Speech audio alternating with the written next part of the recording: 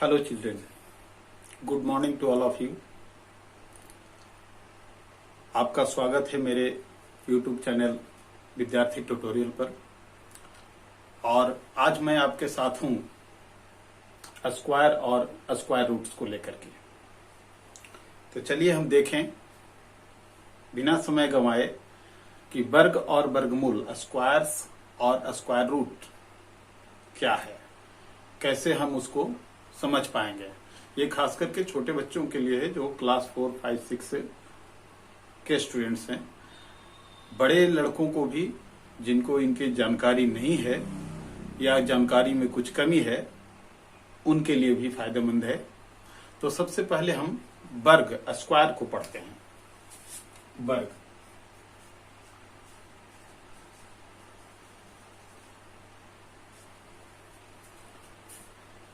यूं तो वर्ग का जब नाम हम लेते हैं तो वर्ग एक ज्यामितीय आकृति है जिसकी लंबाई और चौड़ाई समान होती है। मतलब जितनी लंबी उतनी चौड़ी। अगर इसका हम क्षेत्रफल निकालने की बात करते हैं तो हम लिखते हैं लंबाई गुने चौड़ाई, और चूंकि लंबाई और चौड़ाई दोनों एक ही है तो हम x गुना x लिखेंगे, यानी x स्क्वायर। मतलब एक संख्या में उसी संख्या से गुना करना वर्ग कहलाता है।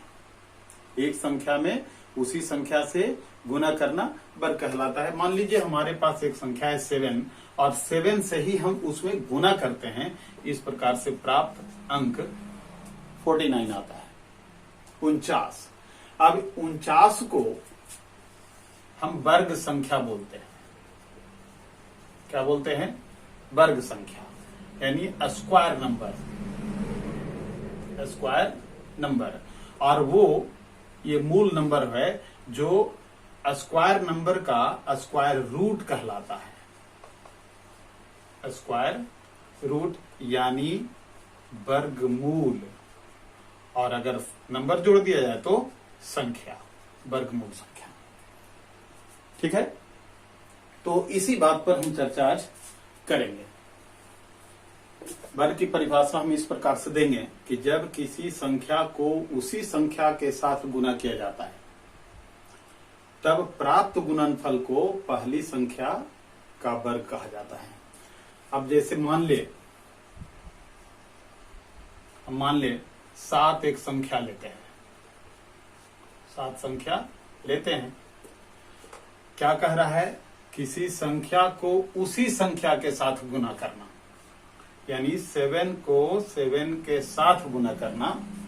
तो ये जो गुणनफल प्राप्त होता है ये वर्ग संख्या कहलाता है।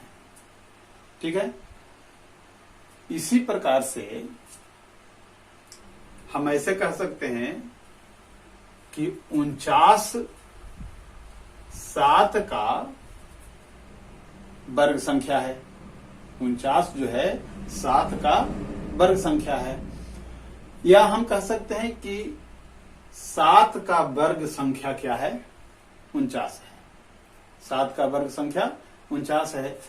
तो हम खास करके और कुछ जब बताने से पहले ये हम कहना चाहते हैं कि विद्यार्थियों को कुछ अंकों तक, खास करके 25 से 30 अंकों तक का वर्ग संख्या याद कर लेना चाहिए, ताकि जब हमारे सामने वैसी समस्याएं आए जिसमें वर्ग निकालना जरूरी है, वर्ग संख्या को प्राप्त करना जरूरी है, तो वो निकालने की जरूरत न पड़े। वो आसानी से, तरीका तो हम जानेंगे लेकिन आसानी से हमें वो आंसर को हम प्राप्त कर सकें, उस संख्या का प्रयोग कर सकें। तो सबसे पहले आइए हम एक चार्ट बनाते हैं जिसमें 1 से लेकर 30 तक के संख्याओं का वर्ग हम लिखते हैं।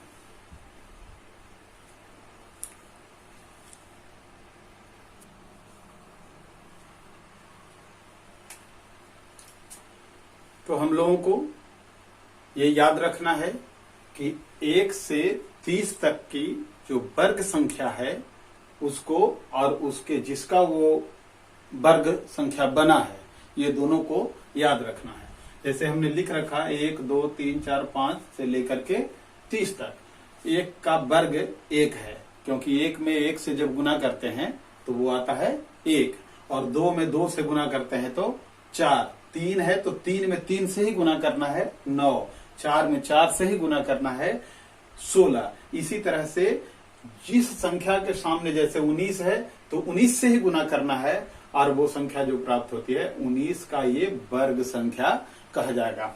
और ये स्क्वायर रूट निकालने में भी आपको, वर्गमूल निकालने में भी आपको मदद करेगा, इसलिए कि बहुत सारे वर्गमूल जब हमको याद रहेंगे तो जब किसी प्रश्न में इसका यूज करना होगा तो हम आसानी से बिना उसका हल निकाले हम याद की वजह से उसको प्राप्त कर सकते हैं आसानी से, सुविधा से। तो इनको याद रखना है।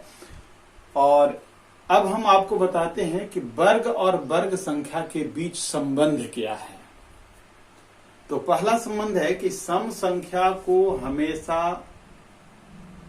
अगर हम वर्ग निकालें तो हमेशा वो वर्ग सम संख्या में ही प्राप्त होता है।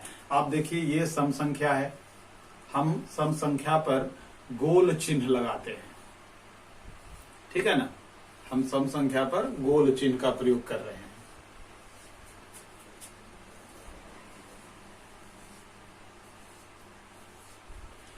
और इनका वर्ग का जब हम मुआयना करेंगे तो 4 ये भी सम संख्या, 16 भी सम संख्या, 36, 64, 100, यहाँ 144, 196, 256, 324, 400, ये सब के सब हमने सम संख्या पर गोला लगाया है, और उसका वर्ग भी हम देख रहे हैं कि सम संख्या ही प्राप्त हो रहा है। और विषम संख्या पर अगर हम गौर करें तो विषम संख्या 1, 3, 5, तो इनका जो वर्ग संख्या है वो भी विषम संख्या है। 1, 9, 25, 49, 81, 225, 169, 124, 289, 361, ये सभी विषम संख्याएं हैं। सम संख्या और विषम संख्या के हम जानते हैं पहचान कि कैसे जो है तो वो सम संख्या है और कैसे विषम संख्या है। अगर इकाई स्थान पर 2, 4, 6, 8 या 0 रहे इसमें से कोई तो सम संख्या, और विषम संख्या होने के लिए इकाई स्थान पर क्या होना चाहिए, तो होना चाहिए 1, 3, 5, 7 और 9। तो आप गौर कीजिए जिसके इकाई स्थान पर 1, 3, 5, 7, 9 है वो निश्चित रूप से यहाँ विषम संख्या का वर्ग है। जैसे यहाँ देखिए 5, 9, 1, 9, 1, 5, 9, 1, 9, 1, है ना। और इधर भी देख लें 9, 1, 5, 9, 1, है ना। तो ये ध्यान देने वाली बात होगी। और देखिए अगर किसी संख्या का वर्ग का इकाई स्थान को हम गौर करते हैं, हम इसमें किसी भी संख्या के इकाई स्थान पर हम गौर करते हैं तो हमें कौन कौन सी संख्याएं, कौन कौन सा अंक प्राप्त होता है। तो अब ध्यान देंगे कि वो अंक 2, 3, 7, 8 नहीं है। 2, 3 कहीं भी गौर कर लीजिए, इसमें वर्ग संख्या पर 2, 3, 7, 8 नहीं है। 2, 3, 7, 8 यानी 4 संख्याएं 2, 3, 7, 8, तो वो किसी भी संख्या का वर्ग संख्या नहीं होगा। इस चीज को ध्यान में रखना है। और अगली चीज है कि अगर किसी संख्या के इकाई स्थान पर 0 या 5 हो, वो वर्ग संख्या अगर है या मूल संख्या है, 0 या 5, जैसे यहां 0 है, इकाई स्थान पर 5 है, इकाई स्थान पर 5 है, इकाई स्थान पर 0 है, इकाई स्थान पर 5 है, इकाई स्थान पर 0 है, यानी 0 या 5 है, तो उस संख्या का वर्ग जब हम करेंगे तो उसके इकाई स्थान पर भी क्रमशः 0 और 5 ही होगा। क्या होगा? 0 या 5 ही होगा। और ध्यान दे थोड़ा सा यहां कि जब इकाई स्थान पर 1 रहता है और इकाई स्थान पर 9 रहता है तो उसका जब हम वर्ग करते हैं तो उसके इकाई स्थान पर 1 आता है। और अगर 2 या 8 रहे, जैसे इकाई स्थान पर 2 है, यहां भी इकाई स्थान पर 2 है, इकाई स्थान पर 2 है, या 8 है, इकाई स्थान पर देखिए 8 है, इकाई स्थान पर 8 है, इकाई स्थान पर 8 है, तो उसका जो वर्ग संख्या आएगा उसके इकाई स्थान पर 4 आएगा। 2 रहे इकाई स्थान पर या 8 रहे तो निश्चित रूप से उसके वर्ग संख्या के इकाई स्थान पर 4 आएगा। अगर संख्या के इकाई स्थान पर 3 या 7 हो, 3 या 7, तो वर्ग संख्या के इकाई स्थान पर हमेशा 9 रहेगा। अगर इकाई स्थान पर 4 या 6 रहे तो उसके वर्ग संख्या के इकाई स्थान पर 6 आएगा। इसको हम शॉर्टकट में यहां लिख देते हैं, जो आपको ध्यान देने के लायक हो जाएगा, वो याद आसानी से होगा। तो आप देख रहे हैं हमने क्या लिखा है, संख्या के इकाई स्थान पर अगर 1 या 9 हो तो उसकी वर्ग संख्या जो होगी उसके इकाई स्थान पर 1 होगा। 2 या 8 होने पर उसके इकाई स्थान पर यानी वर्ग संख्या के इकाई स्थान पर 4 होगा। संख्या के इकाई स्थान पर 3 या 7 हो तो वर्ग संख्या के इकाई स्थान पर 9 होगा, और संख्या के इकाई स्थान पर अगर 4 या 6 हो तो उसके इकाई स्थान पर 6 होगा। तो आप चार्ट में इस बात की चेकिंग कर सकते हैं, वो आपको मदद करेगा कि इसको याद रखने में कितनी आसानी आपके लिए हो पाएगी। तो चलते हैं, अब हम वर्गमूल क्या है और वर्गमूल हम कैसे निकालते हैं उसके विषय में जानकारी लेने के लिए। अब हम परिभाषा ले लेते हैं कि वह संख्या जिसे स्वयं से गुना किए जाने पर दी हुई संख्या के बराबर हो जाए तो वह संख्या वर्गमूल कहलाती है। जैसे मान लीजिए हमारे पास 36 एक संख्या दिया हुआ है, तो हम कौन सी ऐसी संख्या लें जिसमें स्वयं वही संख्या होना चाहिए, दोनों जगह पर एक ही संख्या होना चाहिए ताकि वो 36 के बराबर हो जाए। तो ऐसी संख्या वर्गमूल कहलाएगी। इससे ये और ये, जैसे मान लो यहां पर हम ले लेते हैं 6, यहां पर भी 6, तो 6 में 6 से गुना करते हैं 36, यानी 36 का वर्गमूल हो जाएगा 6। 36 का वर्गमूल 6। अगर हम 49 लेते हैं तो ऐसी कौन सी संख्या हम यहां पर लें जिसको स्वयं से गुना किए जाने पर 49 प्राप्त हो जाए। ये भी पता है 7, तो यानी 49 का वर्गमूल कौन सा हो जाएगा, 7। 49 का वर्गमूल 7 हो जाएगा। ठीक है, तो एक चीज और जाने, वर्गमूल का संकेत, वर्गमूल का संकेत है क्या, ये वर्गमूल का ये संकेत है। और इसमें यह भी खास एक बात है कि यहां पर हम 2 समझते हैं, दर्शाया जाता है, लिखते नहीं है, लेकिन समझा जाता है कि वहां 2 है। और ये संकेत ये देता है कि अंदर जो संख्या होगी, जैसे 7 गुने 7, तो ये 2 बार लिखा जाएगा, जोड़ा के रूप में होगा। या कोई और दूसरा रहे, यहां लिखे 8 गुने 8, मतलब यहां नहीं कुछ लिखा हुआ है, इसका मतलब है कि इस संख्या को 2 बार गुना किया हुआ होना चाहिए। अगर इसके अलावे कोई और है, जैसे यहां 3 है, तो इस 3 को लिखना जरूरी है, और यह संकेत कराता है घनमूल का। और तब इसका मतलब ये होता है कि 7 गुना 7 या 8 गुना 8, लेकिन यहां 3 लिखा मिलेगा, इसके अंदर होना चाहिए, बाहर नहीं।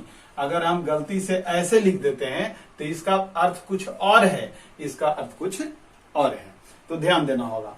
अगर यहां पर ऐसा लिखा मिल जाए, यहां ऐसा, तो इसका मतलब ये होगा कि अगर यहाँ 7 है तो 7 को 4 बार गुना होना चाहिए, या यहाँ 8 है तो 8 को 4 बार गुना होना चाहिए। और 4 का ग्रुप बनाएगा, यहाँ 3 का ग्रुप बनाएगा, 3 का 4 का। और तब इसका अगर हम चौथा मूल निकालेंगे तो वो चौथा मूल प्राप्त होगा। 4 में से एक 8 को लिख देना है, 3 में से एक 8 को लिख देना है, ये घनमूल प्राप्त होगा। उसी तरह से वर्गमूल जो प्राप्त होगा, यहाँ 8 होगा और यहाँ 7 होगा, यहाँ भी 7 होगा, यहाँ भी 7 होगा। ये सभी वर्गमूल कहेंगे। ठीक है, तो आइए हम वर्ग संख्या और वर्गमूल संख्या के बीच संबंध को जाने। तो पहला है कि सम वर्ग संख्या, वर्ग संख्या है लेकिन वो सम है, तो उसका वर्गमूल भी सम संख्या ही मिलता है। उसी प्रकार से विषम वर्ग संख्या का वर्गमूल भी विषम संख्या ही मिलता है। यदि किसी संख्या के इकाई स्थान पर कोई भी संख्या हो, अगर उसके इकाई स्थान पर 2, 3, 7 या 8 हो, तो उसका पूर्ण वर्गमूल संख्या नहीं मिलता है, मतलब उसका वर्गमूल नहीं निकाला जा सकता है। यदि किसी संख्या के दाईं ओर कोई संख्या है और उसकी दाईं तरफ, जैसे मान लीजिए कि हमारे पास है 25 और इसके दाईं तरफ शून्यों की संख्या जोड़ा है, या शून्यों की संख्या जोड़ा है, जोड़ा के रूप में है ना। तो जोड़ा के रूप में नहीं है, अगर जोड़ा के रूप में नहीं है, मान लीजिए कि 1 नहीं है, तब इसका वर्गमूल नहीं निकल सकता है, उसका वर्गमूल संख्या नहीं मिलता है। और यह कोई जरूरी नहीं है कि जोड़ा के रूप में रहे। जैसे मान लीजिए यहां पर हम लिख दें 27, तो ये संख्या जोड़ा के रूप में 0 तो है, लेकिन इसका पूरा पूरा वर्गमूल नहीं निकाला जा सकता है, ये कोई जरूरी भी नहीं है। संयोग से यहां पर अगर 25 था तो वर्गमूल निकलेगा, लेकिन 36 है और जोड़े की संख्या जोड़े के रूप में है, जोड़ा के रूप में है, तो इसका वर्गमूल निकलेगा। लेकिन कोई जरूरी नहीं है, 35 है और इसके बगल में 0 की संख्या भी जोड़ा के रूप में है, तो इसका वर्गमूल नहीं निकल पाएगा। हमें यह भी जानकारी ले लेना है कि वर्गमूल निकालने की विधियां कितनी है, कितने तरीके से हम वर्गमूल निकाल सकते हैं। तो देखिए, वर्गमूल निकालने की 2 विधियां हैं। वो कौन कौन?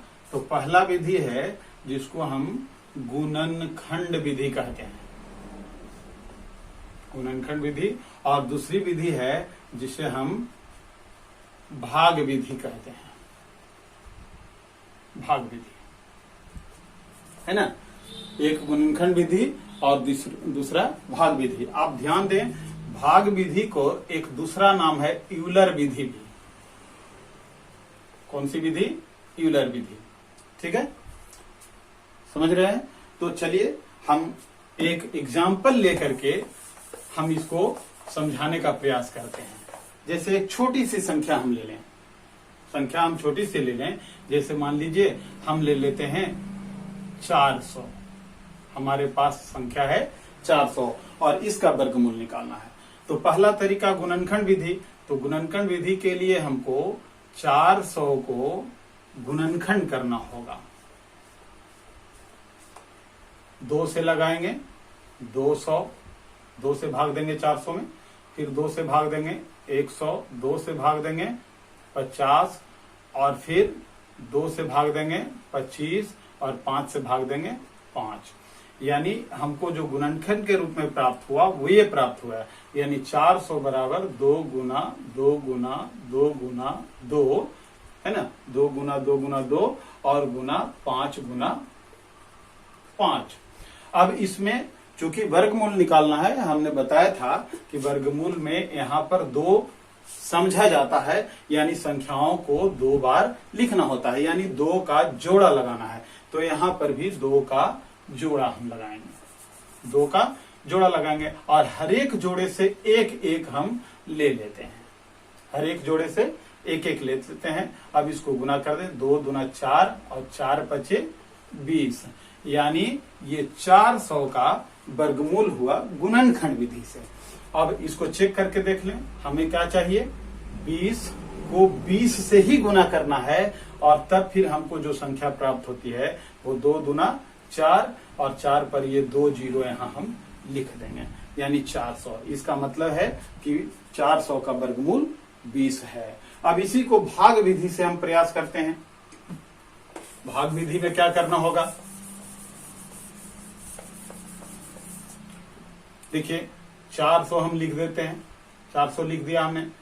और इसमें सबसे पहली बात है कि बाईं तरफ से हम जोड़ा लगाने का प्रयास करते हैं। अगर शेष बच गया तो वो एक ही रह जाएगा, ठीक है। अब इसको हम इस तरह से, हमें क्या करना है, हम जब भाग बनाते हैं, जैसे मान लीजिए हमारे पास 400 है और हमको 5 से भाग देना है या 2 से भाग देना है, तो हम क्या करते हैं, 2 से भाग देना है तो पहले एक अंक में लगा लेते हैं, यानी 2 दूना 4, है ना। हमको ऐसी हालत में क्या है कि ये भाजक हमको ज्ञात है, यहाँ भाजक हमको ज्ञात नहीं है, भाजक स्वयं ही लेना है। और भाजक इस प्रकार से स्वयं लेना है ताकि यहां पर दी गई संख्या पूर्णतः विभाजित हो जाए या उसके निकटतम रहे, उसके निकटतम रहे। यहां भाजक हमें ज्ञात है और तब फिर हम भाग देते हैं। और यहाँ छूट है कि 2 अगर भाजक के रूप में है तो 2 को 1 बार, 2 बार, 3 बार, 4 बार, 5 बार, 6 बार पढ़ सकते हैं। यहाँ है कि जितना हम भाजक लेंगे उतना ही बार उसे पढ़ना भी होगा। तो जैसे यहाँ पर 4 लाना है तो हमें पता है अगर हम 2 लिख लें तो 2 से ही भाग लेंगे, 2 दूना 4। अब इसमें से 1 2 जितना बार हम जिस भाजक को लिए थे वो यहाँ लिखेंगे। यहाँ कटकुट हो गया। ऊपर जो है 2 है, दोनों एक साथ उतारना होगा। यहाँ जो है से 1 जीरो उतारना होता है, जबकि यहाँ जोड़ा लगाए हैं इसलिए दोनों उतारना होगा। और यहाँ इसको जोड़ देते हैं 4। अब हमें ज्ञात करना है कि यहाँ 0 है तो यहाँ कौन सा अंक लिखेंगे कि 0 आ जाएगा। तो आपको पता है कि अगर 0 यहाँ लिखें तो 0 से ही गुना करना पड़ेगा और तब हम गुना करेंगे इसको, तो 40 में 0 से गुना करेंगे तो 0। और चूंकि हमने 0 रख करके भाजक के रूप में 0 यहाँ रखा था, एक अंश 0 रखा था, इसलिए 1 0 यहाँ देना होगा और तब फिर ये कट जाता है। और यहाँ अगर जोड़ते हैं इसको तो 40। एक बात और गौर करनी है कि इसका ये डबल होता है, यानी 2 से अगर इसमें गुना करें तो ये प्राप्त होता है। तो इस प्रकार से 400 का वर्गमूल 20 प्राप्त हुआ। तो ये भाग विधि है, ठीक है। आगे के क्लासेस में मैं आपको इसे और कुछ उदाहरणों के साथ, जब हम कुछ प्रश्नों को हल करेंगे उस समय व्यक्त करेंगे। तो हमें ध्यान रखना होगा। और हम आपको बताना चाहते हैं कि आगे के क्लास में मैं आपको कुछ अलग विषयों की जानकारी देंगे। और हम समझते हैं कि वर्गमूल से संबंधित प्रश्नों को, हम कुछ प्रश्नों को हल करेंगे जो आपके लिए लाभदायक होगा, तो उसे देखना नहीं भूलें। और अगर आपको ये वीडियो पसंद आता है तो आप उसे सब्सक्राइब करें, शेयर करें, लाइक करें और दूसरों को भी बताएं कि हमारे लिए फायदेमंद है, तुम्हारे लिए भी फायदेमंद है। नमस्कार, जय हिंद।